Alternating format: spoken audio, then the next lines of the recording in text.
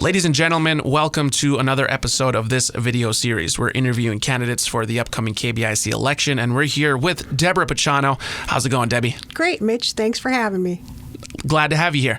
Okay, so ground rules first. As always, 60 minutes is the time limit. You can use as much or as little as you'd like. No talking bad about people. These are straight cut episodes with the exception of this camera here and its 10-minute segments. All these interviews are aired on Eagle Radio as well as being available on the Indigenous Insights YouTube channel, Facebook page, and the KBIC Tribal Members Facebook page. Again, a lot of the questions I'll ask are pulled from a pool on that page. And did you check out the questions on there? I did. I was looking at some of them, yeah. Okay. Do you see the other videos? Yes. Okay. I was reviewing them last couple of days because I've been out of town on travel. So I didn't expect that to happen, but you're using it for research material a bit, eh? Absolutely. Okay. So Debbie, this time we do not know each other. We might have passed each other, but we haven't had a conversation, I don't think. But you'll have to assume that there are others out there that don't know you. And we'll start with the basics. If you can just tell us a little bit about yourself. Sure. As Mitch said, my name is Debbie Picciano, and I am an enrolled member of the Cuban community. I am the daughter of Dominic James Picciano and Pearl Curtis Picciano. I grew up in a large family. I have 8 brothers, or eight other siblings in my family. My oldest brother was killed in Vietnam in 1968. I am the youngest daughter. I have one younger brother. Pretty much most of them have grown up there's very few living around in this area. I have a younger brother who lives here, and that's pretty much about it. The rest of them are, scattered around. My older sister lives here, but she's temporary out of the area. One sister in Otnagon, and the rest of them are either downstate or in other areas. Okay, so tell us a little bit about your history with tribal politics. Oh, I have never been on the council. I have never had a political office. However, I have worked for the tribe for over 30 years in a variety of positions. Started out at the health department when Ted Halapa was working there. He hired me because of my computer experience. I got done with school for actually computer programming. Okay. Back in the day. Back in the day. So I was hired for that because they were getting a new computer system from IHS, which was the RPMS system, Resource Patient Management System. So that was a forerunner to the EHR system, Electronic Health Records. Okay. So what we did was we set up people's computers long before there was networks and things of that nature. We had to run everything with a cable to all the computers and set them up. So that was my first starting experience, and then moved on towards other things. I worked a couple of different times for the health department. The last time here was the clinical applications coordinator, which was setting up the EHR system through IHS. It is my understanding they moved on to a different system now. I worked at the court system. I was a probation officer. I was an assistant court clerk. Wow. I've worked, I worked up at the Public Works Department. I was the office coordinator for a year. My current job is I'm the tarot director, which is try to help people get jobs and really push the effort to make tribal members hired for different positions, because a lot of companies, especially out of the area, like Marquette area and whatever, they're not too familiar with tribal member job banks and things like that. So I've been contacting them to try to get people employed. Oh, okay. How are you liking that job? I like it. Yeah. I get to meet different companies, and try to, focus on what we have as positive tribal member work ethics, and trying to, try to get training for people. I've been helping some people getting their CDLs. Oh, cool. Through funding from Intertribal Council. Been helping people get their dental assistance certifications through the funding sources, and just trying to see what the different needs are for the people. I know it's taken a while to get some of these programs up and running. I'm actually trying to work with the Teamsters Union, so we can get CDL training here on site, so we can actually have that up and running to have more people get their certifications and things like that. And that's taking a longer process than I wanted to, but That's how it goes. Everything is completely free. It's all done through them and that, so been working on that. That's very cool. Yeah. I also, too, in that function, I do the background investigations for the ICP, which is Indian Child Protection Act. Okay. Because it's a federal policy, federal law that tribes, if they have people working with children, near and around children, or supervisory control over them, they are required by federal law to have a background to make sure that they are suitable to be working in those positions. And within the last 6 months, I do like the backgrounds for the non-licensed casino people. Okay. Which the information, I just get the backgrounds and I give those to the GM, and it's his determination if the person's suitable for hire or not. Okay, wow, you got your hands in a lot then. Yeah. So. So how does that lead you to then running for tribal council? How did that come about for you? Well, I was interested in running for council because I feel that there are a lot of policies and procedures that need to be followed, and I like to follow policies and procedures. I know that they've been working on different work sessions to try to update policies, and I've been involved on some of those, and it's a lengthy process, but I feel that I would be, good at helping them because, like I said, I worked for the tribe for over 30 years in a variety of positions, and I know a lot of different aspects. I also did work at the hotel, so I'm familiar with the casino aspect of things too. And it sounds like you're used to lengthy processes. Yeah. All right, so we are getting close to our first timers. I got some time, but I'm going to give me some cushion and reset these cameras. I think we're going to go to these questions now. Are you okay with that? Sure. These are going to be the questions from the KBIC Tribal Members page on Facebook. And we're going to go down to the bottom because, again, these questions can be updated at any time. So we'll see here what we got. Boggy Sandman Shalafo. Very simple question, very straightforward. And anybody can just say, yeah, I do. But I want to hear what you have to say on this one. Boggy Sandman Shalafo asks, do you live your life in a good way? I do, actually. I try to be as helpful as possible to people, listen to their problems and listen to, what's going on in their life and try to help them and guide them, without telling them what to do, try to pull out the information from them on how they should handle things. Yeah. Okay. So let's go to, it's a straightforward question. Right. It's good to throw those out there just to see everybody's angle. Zena Pitsley. What would each candidate do for our tribe as a whole that the previous council has not? Well, there's a lot of things that the council has done for the tribe, with the different programs and the different assistance that they do.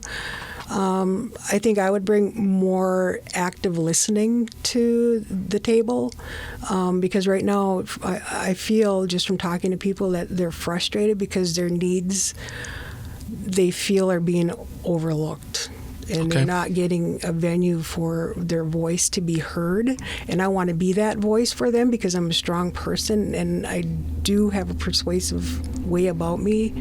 I think that I could bring that to the table and hopefully, have good progress with that. Okay, so that's something I did forget to ask about.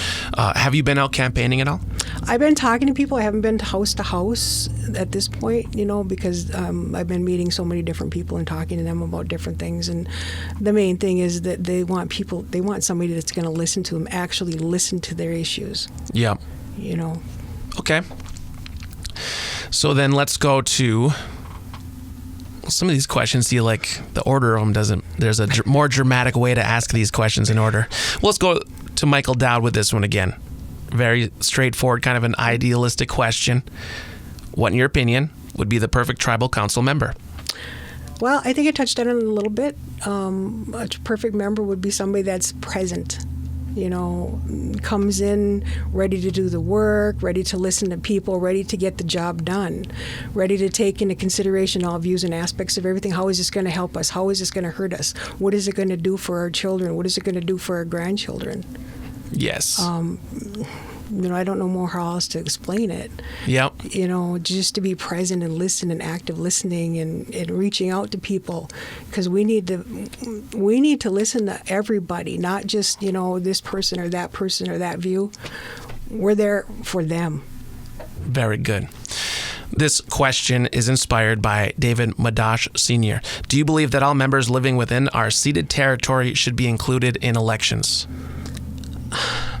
That's a difficult question. I believe that all members have a right to be heard, whether they live here or not. That doesn't necessarily mean that we're going to disregard the local people, because the local people are the ones that would make the decision. Anytime something comes up according to the Constitution, the voting people, the voting members are the ones that would make the decision. So we would have to, what are the pros, what are the cons? So we would have to make sure that everybody that is voting is informed on this, on what's going to happen. Okay, so I know there's a lot of interest in like the general welfare payments, and people are not happy with the amount of it that it is now. While in reality, if we were to open it up, then that payment would drop substantially. Oh, yeah. And that's a situation, too, that people would have to look at the whole aspect of everything. Yes, because some of the people saying not to let some of the people that are probably saying to let others vote are the same ones that might be complaining about the check. Exactly. Okay, So I gotcha. it's a two-sided edge, Yep. I mean, just you want to take a look and see what everybody wants, what's the best option for everybody. Right. Okay, here's another good solid one from Robin Chosa. What are some key elements for our tribe to ensure financial stability for our future generations? Well, I think one of the key components would be to make sure that when we're making these decisions that we check out everything, the financials of a business. If we're going to look into a business, we need to make sure that we are doing it for positive reasons, not just jumping with both feet into the fire. Yeah. Everything has to be vetted out and make sure that the process is going to go according to plan, and to keep an eye on our assets. One of the things that I think we should be establishing is our own banking system. Okay. Tribal members are having a hard time trying to get loans through the regular businesses and stuff. So what we could do to be financially solvent is to make sure that, our members are regenerating money that's coming back into us. Okay. I don't think I've ever heard anybody mention that yet. That's cool. That's a cool idea. So let's break that one down again, as we have been the big topics with the tribe and business. Then, of course, first let's go to the casino projects. What are your opinion on the casino projects? I think they're a good thing. I just, like everybody else, was not too happy with the direction of not having a hotel. Yep. But it is in the plan, from my understanding, down the road, and I do wish that they would have brought that back before the decision was made on to move forward with the concert venue. Okay. That, people should have been given the voice to say, well, maybe we could go with a different hotel or a different chain, because one of the ideas that I had brought forward was possibly looking at, one of the smaller chains and putting like the water park in there. What is that, America Inn? Or Oh, I didn't even know, but I know people are talking about that. Yeah, I mean, just a small one, because families want to come and they want to, spend some time there, and it's a great idea to shuttle people back and forth. But realistically, I really don't want to go someplace that doesn't have a hotel, especially if you go to a concert and have a drink or something, and you might want to leave right then, and you got to wait for somebody to bring you back and forth and that. And yeah, I just wish people would have had a say. Absolutely. Okay, so we're going to reset the timers again. You talked about the casino projects, now to the other big one, the cannabis adventure for the tribe. And that's what we'll call it, the adventure so far. I'm all in favor of the tribe making money and starting businesses. I do hope that there's a solid business plan. I know there was some information that was given out at the public meeting like a month ago or so. And there was still some unanswered questions in there about, the solid business plan, about, how much is this going to be and whatever. But yeah, I'm in favor for it because I think that's the future, especially in Michigan with the, the laws changing and that. And everybody knows that gaming is phasing out the big power money. So we need to do something to diversify our funds in that and try to get as much money back into our members and our community, because we need to support our programs. So what other business ventures would you see viable for the tribe then, other than the cannabis, other than gaming? We have the cigarette company as well. Mm-hmm. Well, like I said, one of them that I thought would be the banking system. Yep. The other one would be like a big insurance carrier. Okay. Because we don't have any local insurance companies specifically for tribal members. We should start one of those, and I've always thought that we should be in our own grocery business too. Okay. Because our tribal members are looked upon sometimes, and they can't pay, they don't have a lot of money to pay for the high prices like at Pat's or the other stores or whatever. Yeah. And we should have our own, because then again, it would be putting our tribal members to work, and it would be putting money back in our pockets. Absolutely. So let's go to this one then, another one of the big bullet points, and there's a question here that I've been using for it. I do believe that question comes from, here we go, Carrie Ashbrook. It's been the one I've been asking in all the videos. With the growing epidemic on drug abuse, increased tribal children in foster care, what has the tribe done to battle or should be doing to decrease this ongoing problem? There is a big problem, especially with the opioid epidemic. And I know that there's been lawsuits, and the drug companies have decided to, they did something wrong, and everybody decided that they come to a settlement with so much money. So we need to get some more of that money and do more education, starting with our youth, and we need to get our families healthy. There's a lot of kids that are born, with things in their system. I was on the ICWA committee for quite a while too. I had seen a lot of things that were not good.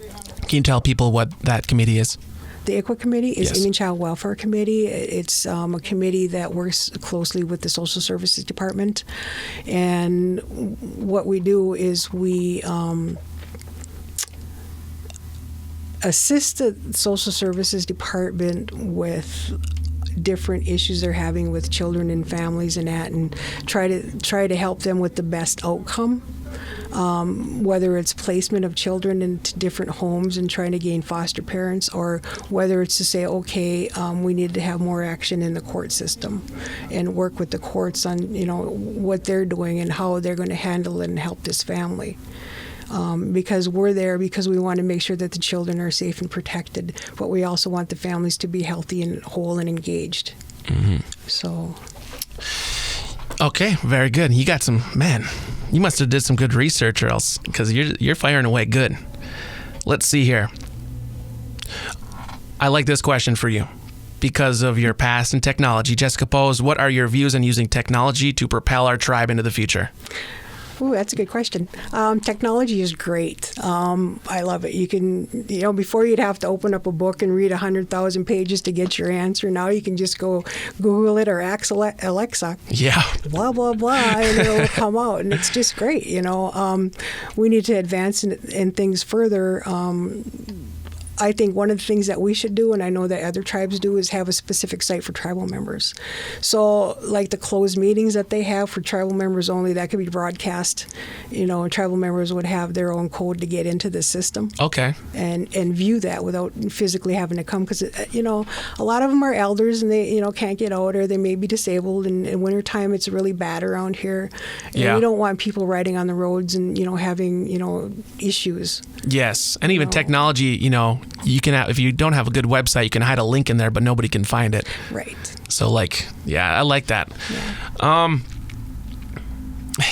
I just want to pick your brain a little bit about what computers are like when things have changed quite a bit with technology. Then, my God, yeah. I mean, this room would be like maybe one computer would be in it. Yeah. You see this thing on the wall, or wait, where is it? Over back here. That's our towers over here. They're all wired up down there and stuff. Mm-hmm.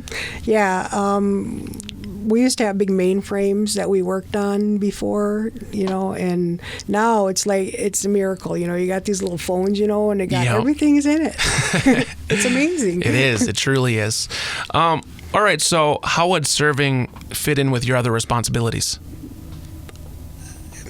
As I said before, I'm a policy person. I like rules. I like to follow policy, and I like to make sure that other people are following policies also. So that would be my function, would make sure that, council has set up different rules and policies to follow. I'd be the one saying, you didn't follow this right. We need to go back and make sure, because it's all about our members. Our members are first and foremost, that we need to make sure that their rights are being protected. Yep.